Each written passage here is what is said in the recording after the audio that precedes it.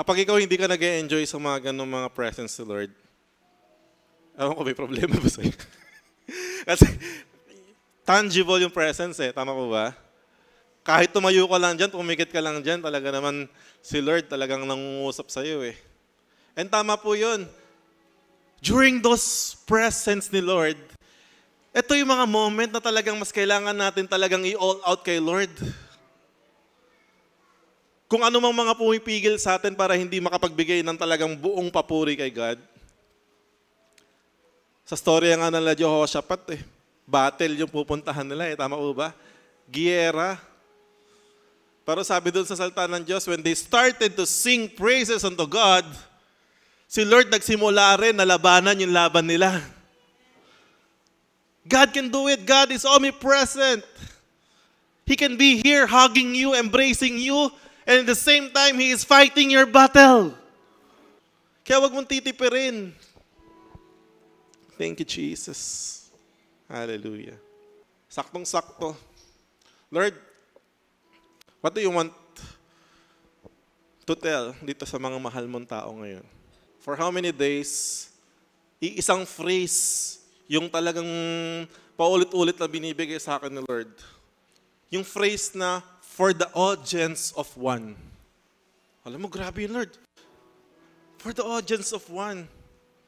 So yun yung title natin ngayon, Living for the Audience of One. Alam mo, in our life, kaya minsan parang ang hirap mabuhay. Kasi ang hirap mabuhay ng kailangan mong i-please lahat ng tao sa paligid mo. Parang kailangan mong maging okay muna sa lahat bago ka maging okay. Parang kailangan, bawat tayo mo, kailangan titingnan mo muna, baka kasi may masabi sa akin yung mga tao. Pero yung sabi ni Lord, yung phrase na yun, for the audience of one. Nabubuhay tayo sa iisang audience lang. Alam mo, pag ito yung prinsipyo natin sa buhay, yung you're living your life for this sole audience, and this is our God, whatever we do, sure tayo na siya, pinapanood tayo, sure tayo na talagang yung mata niya talagang nakatitig sa atin. Hindi mo kailangang pilitin yung mga bagay. Sabi sa Colossians chapter 3 verse 2, set your minds on things that are above, not on things that are on earth. Sabi ko nga pag dito ka lang tumingin sa sarili mo, pinost ko yun ng isang araw Pag doon ka sa paligid mo nakatingin, may stress ka, tama? Ang daming tao na nakatingin sa'yo. Pag naman nag-focus ka sa sarili mo, madedepress ka. Sa mga pagkukulang mo, mga kahinaan mo, mga pangarap mo, mga ambisyon mo. Tingin mo yung sarili mo, tingnan mo yung iba. Kumpara mo yung sarili mo, kumpara mo sa iba. Talaga namang may stress ka sa buhay. Pero pag tumingin ka lang sa ating Panginoong Jesus, tumingin ka lang doon sa nag-iisa na dapat pagfokusan natin. Sabi doon, you will be at rest. Hindi mo kailangan pilitin ang mga bagay-bagay. Sabi sa Hebreo 12:2, ituon natin ang paningin natin kay Jesus. Fix our eyes to Jesus, church. Sa Kanya nakasalalay ang ating pananampalataya simula hanggang katapusan. Dahil sa kagalakang naghihintay sa Kanya, hindi niya inalintana ang kahihiyan ng pagkamatay sa krus at siya ngayon nakaupo sa kanan ng trono ng Diyos. Ito po isang sikreto na binibigay ni Pablo sa atin. Sa buhay natin, ituon lang natin ang paningin natin sa Panginoong Jesus. Pastore, paano naman tayo mabubuhay dito sa lupa kung ang mata natin nasa taas? Ang pinag-uusapan po natin dito mga kapatid, bagay na espiritual. Dapat nasasanay na po tayo. In our church, puro spiritual things na yung ginagawa natin. So maaari na you are focused sa mga bagay na ginagawa mo dito sa mundo, sa mga endeavors mo sa buhay, sa trabaho mo, sa pag-aaral mo, sa pamilya mo, maaaring nakafocus ka doon. Pero ang iyong spiritual na mata, nakafocus lang sa Panginoong Hesukristo. You can do that. Kailangan alam na alam mo ng ating Panginoon Diyos nakatingin sa iyo. Napakalaking bagay po nun. Sabi nga, napakadaling magpaka-Christian pag nasa loob na simbahan. Napakadaling magpaka-Kristiyano kapag nandito tayo magkakasama. Ayusin mo lang yung tayo mo, ayusin mo lang yung ngiti mo, magmumukha ka ng mabait, tama po ba? But the life we have outside this church, the life that we're living when we are alone, the life that we are living kapag kasama yung mga hindi Kristiyano, the life that we're living kapag nasa gitna tayo ng problema, ano pang klaseng buhay ang binubuhay natin? Are we still living by faith? Are we still living by the principles of God? Are we still living a life that is pleasing to Him? Gaano ka kaseryoso sa pagiging Kristiyano mo? Gaano ka kaseryoso na buhay yung Diyos na sinasamban natin dito at pinapanampalatayaan? Gaano ka kaseryoso na sigurado ka na pinatawad ni Jesus ng ating Panginoon Diyos ang iyong kasalanan? Gaano ka kaseryoso? Gaano ka ka-sure? It's about time. Nakakapagod mabuhay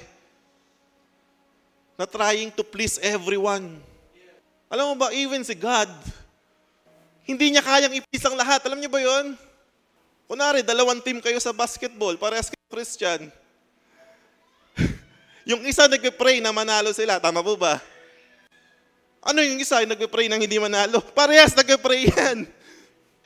Maaaring nagpe-pray ka na, Lord, sana hindi umulan. Pero merong ding someone na nagpe-pray, Lord, sana umulan. So even God, hindi niya ang bawat isa. God is focused doon sa niya, sa plano niya. God is so focused doon sa talagang inihanda niya para sa atin. Kaya dapat tayo nakafocus din sa Kanya. So number 1, our eyes focused on pleasing God. Church. Siguro, since nandito yung presensya ni Lord, kanina pa, nag-envelope sa atin. Gawin lang natin tong moment ng medyo light lang. Self-evaluation lang. Let's just evaluate ourselves. Labas na yung katabi mo, labas na yung ibang tao. Yung sarili lang po natin. How focused are we sa ating Panginoon? Dahil dito sa mundo, hindi po natin talaga may iwasan ng problema, number 1. Hindi natin may iwasan ng mga sirkumstansya. Hindi pwedeng puro masasarap lang dito sa mundo. Binalaan nga ni Jesus yan, di ba? Sabi niya, in this world you will suffer tribulation. Magsasapit kayo ng kahirapan. Pero sabi ng Panginoon, take heart. I have overcome the world. Oo, mahirap, kapatid. Oo, may bagyo kang pagdadaanan. Pero kaya nga siya may pangako sa atin na hindi niya tayo iiwan. Hindi niya tayo pababayaan. Para meron tayong isang Kristo, isang Diyos na pwede nating sandigan. Pwede nating asahan. Alam ng Panginoon yan, mahirap naman talaga ang buhay. Pero sabi nga na sa Matthew, sino sa inyo, ang sa pamamagitan ng pagkabalisa ay makakapagdagdag kahit na 1 oras sa kanyang buhay. When you focus in your situation, hindi naman masosolusyonan yan. So we should live a life na talagang nakafocus sa Panginoon. Our eyes. Every day. Yung kanina yung pinost ko doon, pang-ilan ang Diyos sa buhay mo? Pang-ilan nga ba talaga? Every Wednesday, Sunday, Saturday, si Lord number 1. Every Tuesday, Monday, Thursday, sarili natin number 1. Nakatuwa sa isang group na napag-postan ko nun, puro number 1 si Lord, sagot nila. May isa sumagot doon, number 2 si Lord sa akin. Hindi ko na tinanong kung bakit. Ayun yung sa kanya. To each his own. Parang tanong sa'yo, pang-ilan ng Diyos? Anong pagsubok ang kapag hinarap sa'yo ng Diyos, magiging number 2, number 3 siya? The Lord, kailangan ko munang tapusin tong problemang ito. Pag natapos ko na lahat, Lord, number 1 ka na ulit, Lord. So, gaano tayo kaseryoso sa pagiging Kristiyano natin? Sabi sa 1 Thessalonians 2:4, sapagkat minarapat ng Diyos na ipagkatiwala sa amin ang magandang balita. Nangangaral kami, Hindi upang bigyang kasiyahan ng tao, not to please man. Ito sa amin, tayo namin to mga pastor, na katulad ni Pablo. We preach not to please man, hindi para bigyan ng kasiyahan ng tao. At sana nag-stand up na lang kami. Kundi ang Diyos na sumisiyasat ng puso. We want to please God. And how to please God? Sa aming mga pastor, may connecta yung mga tao sa Diyos. Hindi man sila mabigyan ng kasiyahan, mabigyan naman sila ng pag-asa, makakilala, may connecta sila, manampalataya sa Diyos. That's why we are called ambassadors of Christ. God is imploring unto us to be reconciled to God. Ang priority ay mailapit sila sa Diyos. Masaktan man sila, ma-rebuke man sila ng salita ng Diyos. So clearly, bilang isang mensahero ng Panginoon, for us to please God, we need to do the job, the task that has been given to us. Tama? Kung ikaw, tinawag ka para maging guro, maging magandang guro ka. Gampanan mo yung binigay ng Diyos sa'yo, pagkakatawag ng Diyos sa'yo. Pag ikaw isang inhinyero, maging magaling na inhinyero ka. Kung ano mang aspeto, kung ikaw isang housewife, maging magandang housewife kayo, mag-build ka ng ano nyo. Na lahat ng ginagawa natin, magbibigay ng kaluguran sa Panginoon. Kaso, alam mo, sa totoo lang, whether we like it or not, guilty tayong lahat dito eh. Na sometimes, sa madalas, minsan hindi madalas, o minsan nagawa na natin dati, ngayon napagtagumpayan na. Pero minsan sa buhay natin, naging compromising Christian tayo eh. Naging ipokritong Christian tayo eh. Lahat naman siguro tayo dumaan sa ganong stage eh. Parang ang buti ng Diyos eh. Arms open wide, patiently waiting. Like the father of the prodigal son, patiently waiting na matauhan. Even nung panahon pa ni Kristo, ganun na. Sabi sa Juan 12, gayon man, marami ring pinuno ng mga Hudyo ang naniwala sa Kanya. When Jesus Christ preached, even mga rulers ng Jew, naniniwala kay Jesus. Subalit hindi nila maipahayag ito. Hindi nila pinapakita yung faith nila. Hindi nila sinasabi na naniniwala sila kay Jesus. Dahil sa takot sa mga Pariseo na baka sila itiwalag sa sinagoga. Mas ginusto nilang parangalan sila ng tao kaysa parangalan ng Diyos. Sometimes in our life, mas gusto pa nating ma-please, mabigyan tayo ng favor ng tao kaysa favor ng Diyos. For they loved human praise, sabi sa English, more than praise from God. Eh, masarap naman talaga na pinupuri ng tao eh. Eh, galing mo naman. Eh, hindi ba? To God be the glory. Talagang whether like may ganung ano tayo. Kaya nga ang tanong ko, are you a compromising believer? Nasa church mainit. Pero pagdating sa bahay,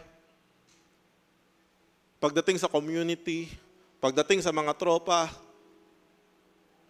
pagdating sa mga hindi nakakilalang Christian siya, nahihiya tayong ihayag ang pagiging Kristiyano natin. Nahihiya tayo na ipangalandakan. Testimony nga lang minsan dito, nahihiya pa tayo. Sa loob ng church yun, nahihiya pa tayo mag-testimony. Eh how much more sa labas pa? It's about time. Kung talagang ang focus natin mabigyan ng ma-please ang Panginoon Diyos, it's about time, Christians, nating ikahiya ang ating Panginoon. It's about time that we should stand up. Ang sabi doon sa Pistang Kristiyano, ang vision doon na maging beacon of light. Ang San Mateo. And I believe, vision din ng God yun sa bawat isa. Na tayo yung maging beacon ng light niya sa madilim na mundo. That through us, His love, His promise, His word, mahayag. Kaya sabi ko na pang ilan ng Diyos sa buhay mo. Why? Because we cannot serve two masters. It's either we serve God.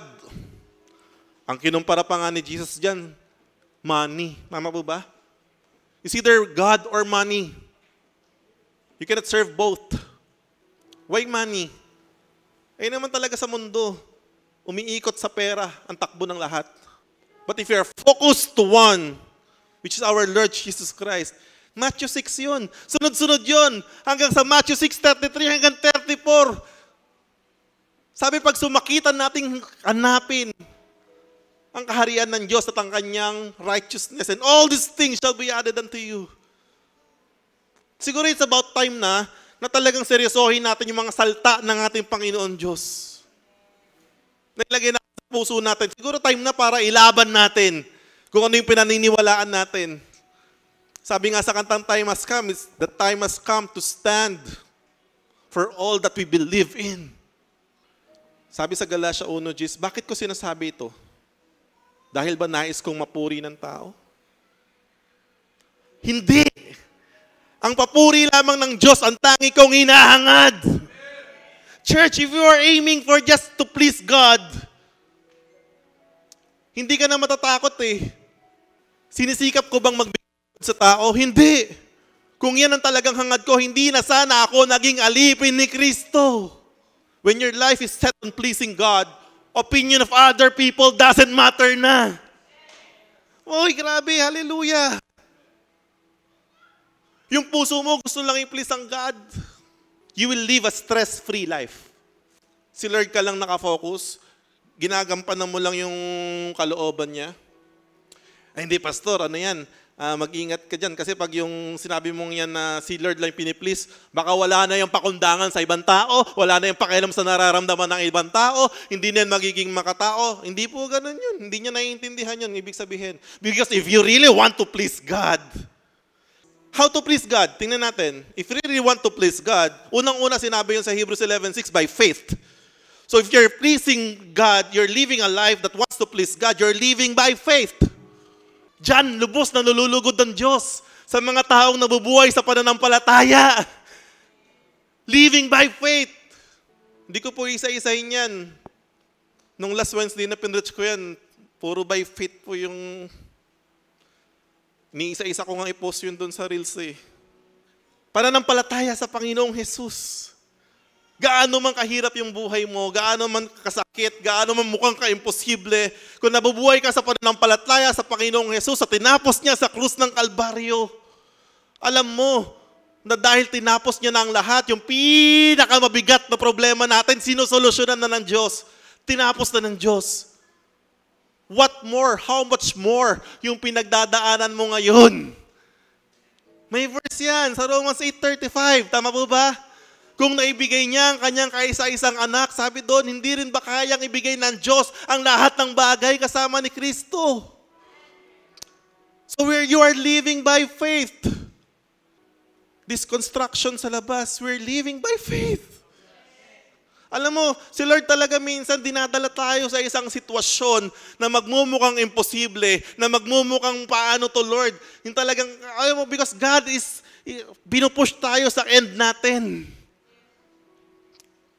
Yung hindi mo na alam, madali kasi magsabi na may faith ka kung marami kang resources, marami kang inaasahan, marami kang alam mo na tutulong sa'yo. Pero pag ang alam mo na talagang nandun ka na sa dulo, ang katapat mo na dagat, and you're still standing up, chin up, you still believe na may gagawin ng Diyos.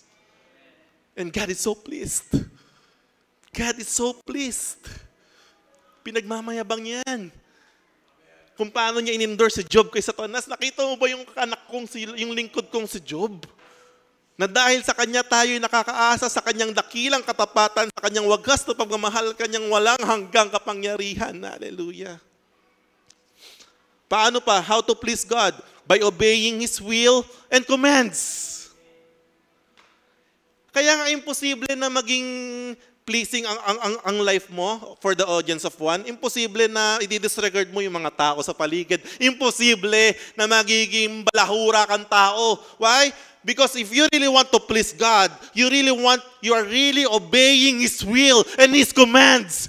You're living a life knowing His will, knowing His commands because you want to obey them. Because that's the way to please Him. Kahit magsimba ka araw-araw, ibigay mo lahat ng ari-arian mo. You will never please God if you are not obeying His will and commands. Hindi man ginagawa ng karamihan. Basta ikaw alam mo kung ano ang kalooban niya at sinusunod mo ito, you are pleasing Him. Especially in this generation. Yung mga mali, nagiging tama. Hindi mo na alam kung ano yung tama at mali. Tama sa panahon ngayon, hindi mo na alam kung ano yung tama. Pag hindi mo alam yung salita ng Diyos, akala mo lahat tama. Matatakot ka na sumunod. Matatakot ka na suwayin yung agos. But if your life, you really want to please Him, sabi ko nga kanina the opinions of others doesn't matter anymore. Alam mo ang kalooban ng Diyos. Alam mo yung mga utos niya. Hindi naman po mahirap malaman yung kalooban at utos ng Diyos. Dahil lahat po yun nakasulat na. Ang kailangan lang natin gabay ng banal na Espiritu para ma-reveal sa atin. If you really want to please God, you will live by the Spirit. And this Holy Spirit will reveal, sabi, He will reveal unto us everything that the Lord has spoken. Thank you, Lord. So, dalawa na yun. Isa, by faith. Isa, obeying His will and commands. Pangatlo, if you really want to please Him, paano? By worship and thanksgiving. Malambot ang puso ng Diyos sa mga totoo nag-worship sa Kanya. Because the Father God is looking for worshipers that will worship Him in spirit and in truth. The Father God is looking talaga. Sabi niya sa Psalms 22:3, God inhabits the praises of His people. Oh, hallelujah. Sa gitna ng napakabigat na sitwasyon mo, mas pinipili mo pa din ang magpuri at sumamba sa Kanya. You're still lifting up your hands. Sabi sa Bible, it's the sacrifice of praise. Kailan ka magpupuri sa Kanya?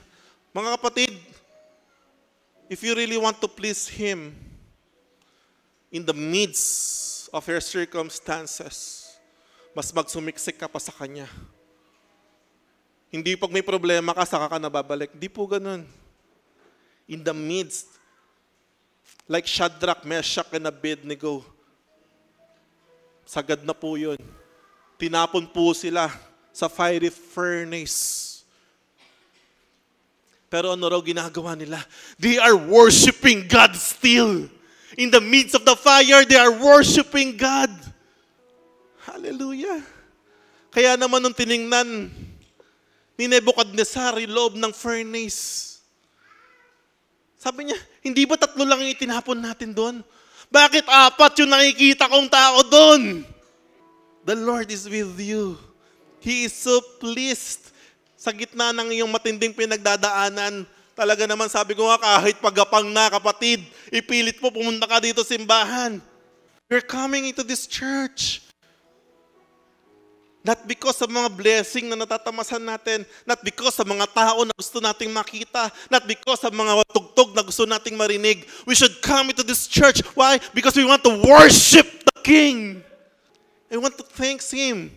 Sa mga pagpapala na natatamasan natin, inuuna pa rin natin ibalik sa Kanya yung pasasalamat. Oh, hallelujah.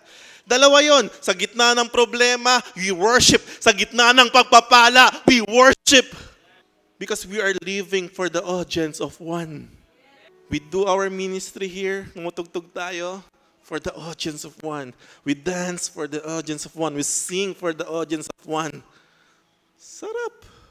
Dito sa ministry, I've been in the music ministry since 2006. Lagi ko sinasabi sa mga worshipers to. Dito, number 1 sa atin, denied ang sarili natin. We deny ourselves. Tama? Why? Because if you will not deny yourself here, dalawa lang yan. It's either magaling ka, yayabang ka. Tama? Magmagaling ka, talaga naman. Pagpwesto ka pa ng ano. Or, pag hindi ka naman magaling, mahihiya ka. Tama rin. Pag nahiya ka, sarili mo pa din yun. Tama po ba? Kaya inuubos natin yun, na talagang mauubos sa sarili mo yung sarili mo, hanggang ang tingin mo na lang, whenever we worship God, you're seeing the Lord in His throne. You're worshiping Him in His throne. You're offering whatever you're doing for Him in His throne. Uy, grabe. Kaya nga sabi ni David sa Psalms 27:4, One thing I ask from the Lord, this only do I seek, that I may dwell in the house of the Lord all the days of my life, to gaze in the beauty of the Lord, to seek Him in His temple. Hallelujah. Do we come here excited to see the beauty of God? Kasi pag ganun, excited ka eh. Tama po ba? You will always be excited coming to this church. Why? You want to feel Him, you want to see Him. Hindi yung pag yung nagwawala ng lahat, saka mo lang, ay, hindi ito na yung presence.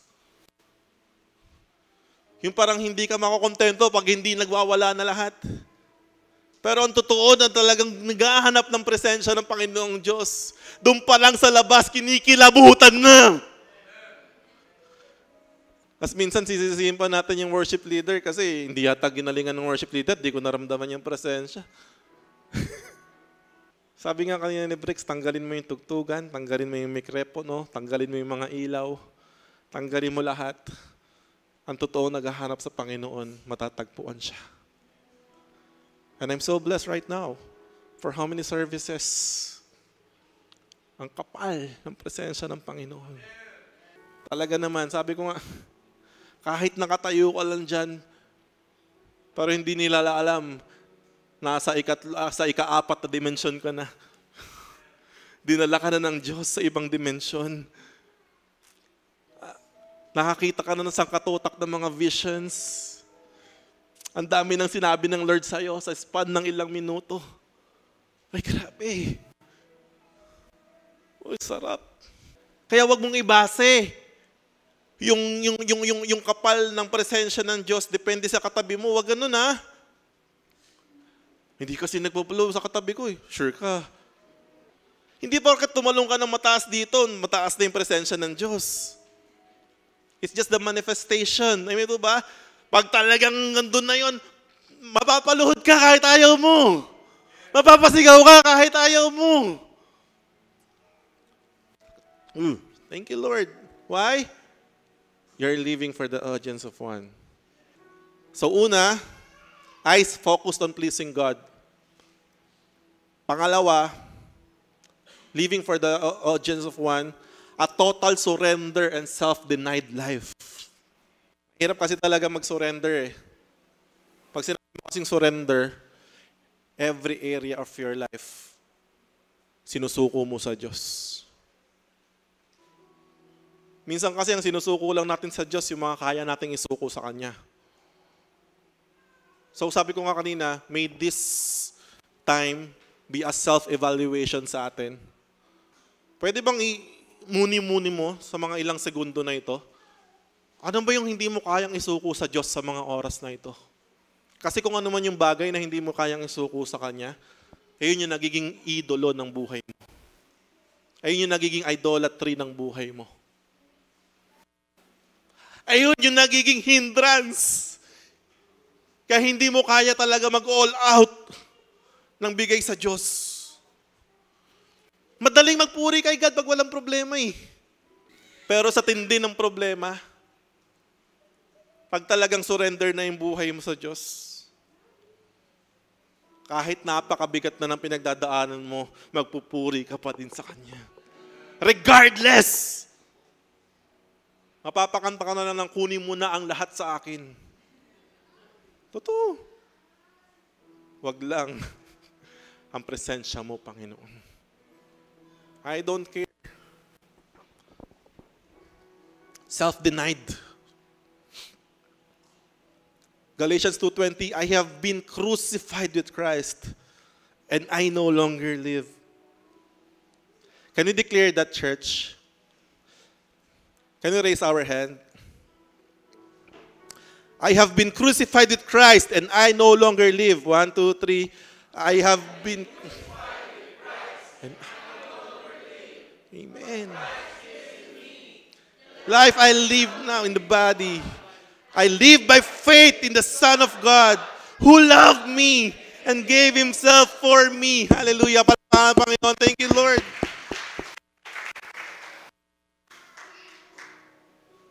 we no longer live. Why? Because we died with Christ. And now we live with Him. Life right now that we are living, we're living by faith na to the Son of God. Kung saan tayo dali ng Panginoon. Amen po ba? Like Abraham, maganda ang tayo nila sa Haran. Pero pinapunta sila ng Diyos sa Kanaan. Tumira raw siya sa mga tolda. Can you imagine that? From living a life na halos sila ang hari sa Haran. Pumunta siya sa Kanaan, tumira sa mga tolda. Sabi ni Jesus sa Matthew 16:24, if anyone desires to come after me, let him deny himself and take up his cross and follow me. Hallelujah. Church, labas na yung pansariling kapakanan o kahihiyan. Mabigyan lang ng kaluguran ng Panginoon. It's about time. Number 3, allowing God to be glorified in our lives. If you're living for the audience of one, you will allow Him to use your body, to use you. You will allow Him na dalhin ka sa mga sitwasyon. You will allow Him, you will never question Him. And you will just trust Him that at the end of the day, His glory will be revealed in your life. Just like the Israelites. Talaga naman, nung shinare ni Pastor Nicky kahapon yung Exodus 14, ay grabe. Same. Same na same yung sinasabi sa akin ni Lord nung mga ilang linggo pa, ilang araw na. Sabi ko nga kung may title yung buhay ko, andun na ako sa facing my Red Sea. Alam mo kasi, after mo makatawid sa Red Sea, sabi sa Exodus 14, lahat ng mga Ehipsyo na yan ay hindi mo na makikita kahit kailan. Hallelujah! Pero hindi madali. Nung pagandong ka na sa katapat mo na yung dagat, pagdududa, paninisi, andun lahat. Takot kasi nasa likod na yung mga Egyptians. You are nandun ka sa lugar, point of no return. Pero ano sabi ng Panginoon? You will see my glory and my power. Hallelujah. So if you are allowing God to be glorified in your lives, wag mo nang questionin bakit ganito yung buhay mo ngayon.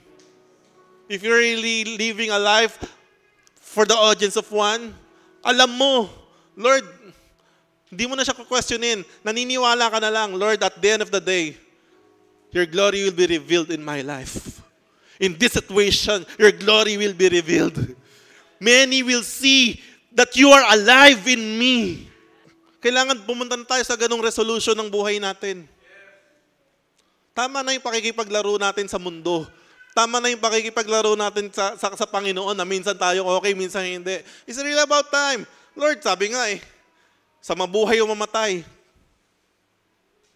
for me, to live is Christ and to die is gain. Kasi kung ganito yung kung naniniwala ka talaga na may glory yung Lord sa buhay mo, you will not fear, even sa shame ng mundo.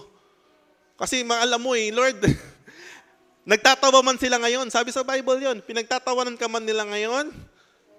Pero pagdating daw ng glory ng Lord, it will exceed everything na pinagdaanan mo. For this light and momentary troubles are producing unto us an eternal glory that will far outweighs them all. Pagdating ng glory ng God, tablado lahat ng pinagdaanan mo. Kaya sabi ni Paul, rejoice in your sufferings. Because your sufferings will produce unto you perseverance. And this perseverance will produce unto you character. And this character will produce unto you hope. And hope does not disappoint. Hallelujah. Thank you, Lord. Kaya sabi sa 1 Corinthians 10:31, so whether you eat or drink or whatever you do, all for the glory of God. Whatever you do. Ito nga, napakasimple. Eating and drinking, ito yung pinaka-basic na ginagawa ng tao. Hindi ba? Ayun yung pinaka-basic. Ayun ang unang-unang ginagawa ng tao pagkasilang pa lang. Kumakain at umiinom. Pero sabi dyan, whether you eat or drink, whatever you do, all for the glory of God. Kaya gagalingan mo. Tama ba? Gagalingan mo sa buhay. Gagalingan mo kung saan ka man nilalagay ni Lord. Gagalingan mo. Because you really want to give glory unto Him. You will not live a life of mediocre, yung mediocrity. Ba yun? A mediocre kind of life. Alam niyo yung mediocre? Yung pwede-pwede na. Okay na to. Hindi po ganun. Mag-excel ka kung saan ka dinadala ng Diyos. Why we want to give glory sa Kanya. Thank you, Lord. Allow God to move in our circumstances. Alam mo ito selfish ba si Lord when He wants to receive all the glory? Selfish ba si Lord? Bakit ganun? Ako naman nagpakahirap. Ako naman nagano, tapos yung glory sa Kanya. Di ba naging issue pa yung nakaraan? Bakit kailangan mag-thank you kay Lord kung ako naman yung nagpakahirap? Alam mo, sa totoong nananampalataya sa Kanya, talagang doon sa tao na talagang living for the audience of one, alam niya, yes, God receives the glory, but you enjoy the blessings and benefits. Ay, sino bang nagtatamasa ng mga pagpapalang yon? Ikaw din naman. Tama po ba? Yung mga benepisyo ng mga magagandang ginawa mo, sino magtatamasa? Ikaw din naman. Glory lang yung binibigay mo sa Kanya. Why? Because you're acknowledging that, Lord, you are the source. Kung hindi mo pa hihintulutan, Lord, hindi naman mangyayari. Kahit anong sipag at tiyaga mo, kung hindi niya pa hihintulutan, hindi mangyayari. Kahit anong talino mo, isang Alzheimer's ka lang, isang stroke ka lang. Kahit anong yaman mo, isang calamity ka lang. But because you believe, the favor of the Lord is upon you. Sabi niya, He will surround you with favor as with a shield. Ang shield mo, favor niya. Hallelujah! Grabe naman yun!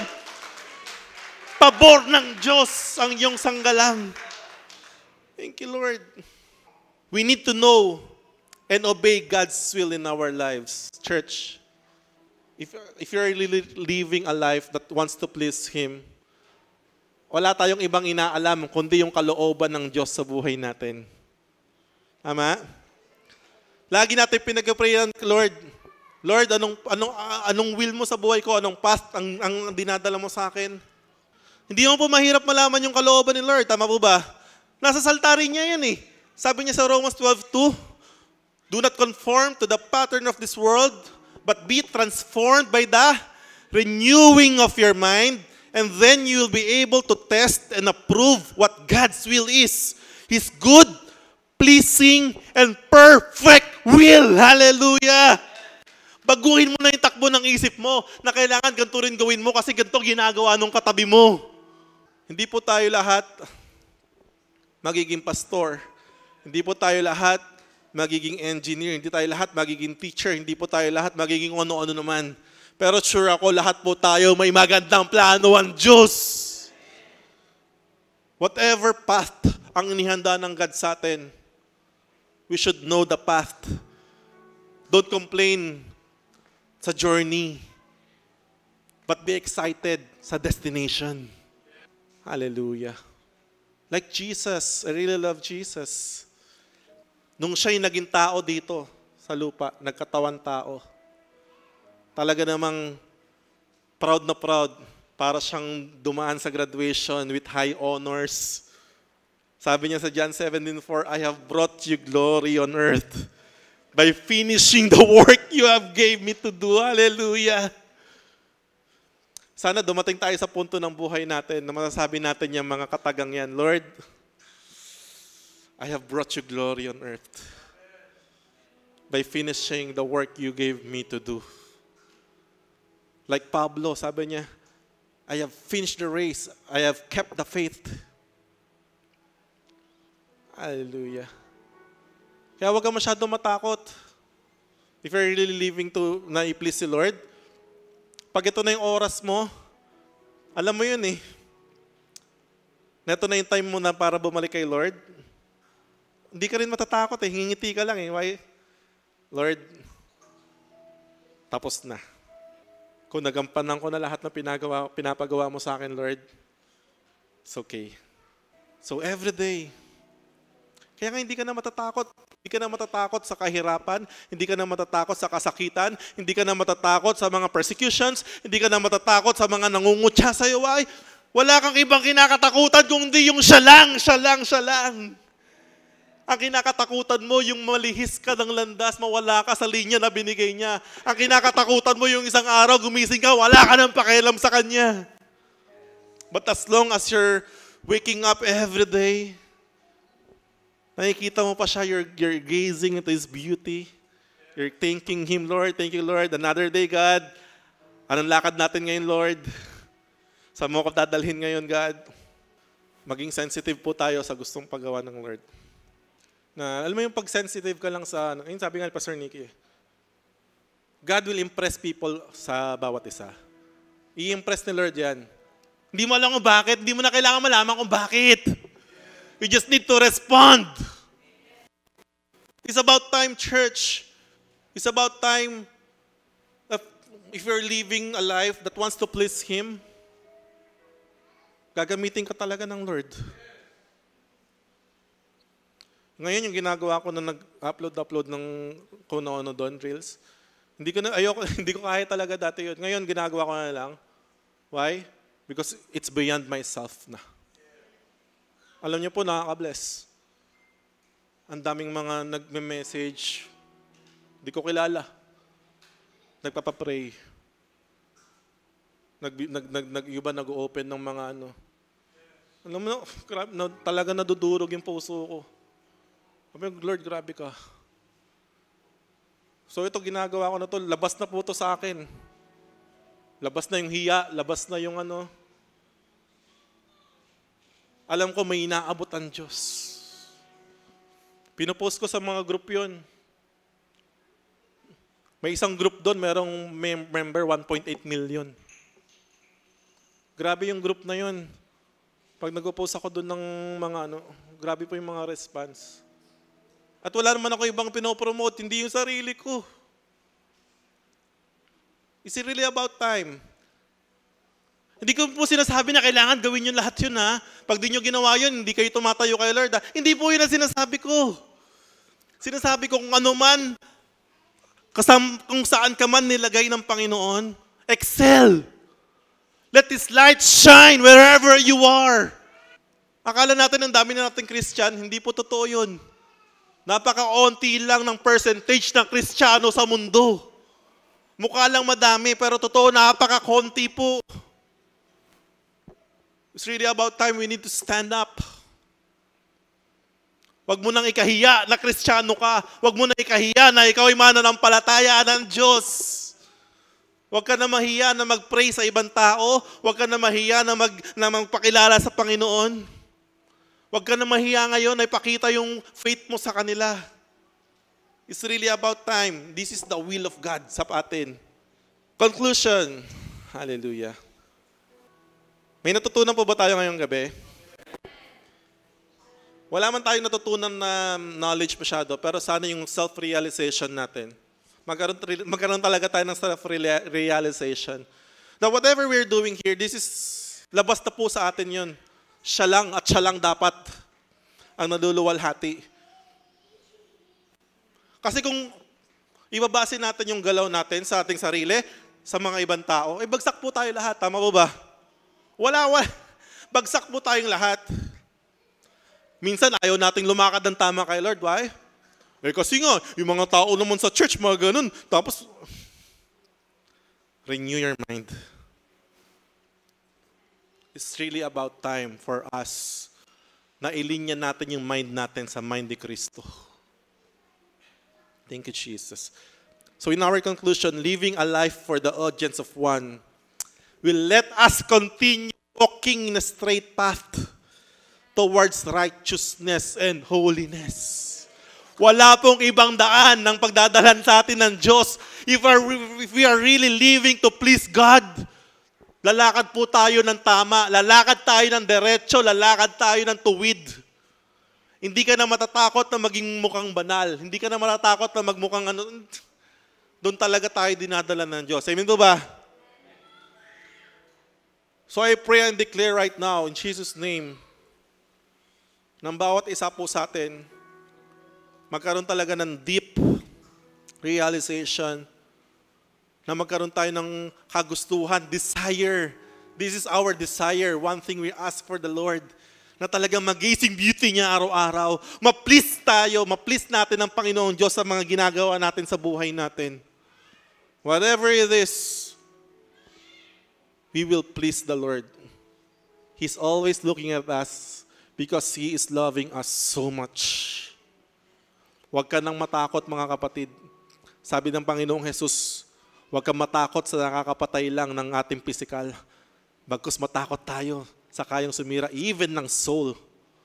That's why, Lord, yung takot namin ito, Panginoon, this is a holy fear in reverence to you, O God. We acknowledge, O Lord, that you are the God of heaven. You are the God of earth, O Lord. You're the creator of the whole universe. Nothing is impossible with you. That's why, God, we lift to you everyone, O Lord. Naway lumakad po kami sa disenyo na ibinigay niyo po sa amin. May we become the beacon of light. May your light shine upon each and everyone, O Lord. Thank you, God. Marami pong salamat. And I believe and I declare, mga buhay, Panginoon, ng bawat isa, tutuwid at maayos. Makikita ng bawat isa sa buong mundo na buhay ang Diyos sa bawat isa. Marami pong salamat, O Diyos. Minamahal ka namin, pinapupuri at sinasamba. Sa iyo po namin binibigay lahat ng papuri at parangal. Sa pangalan ni Jesus at ang lahat magsabi ng Amen. To God be the glory po.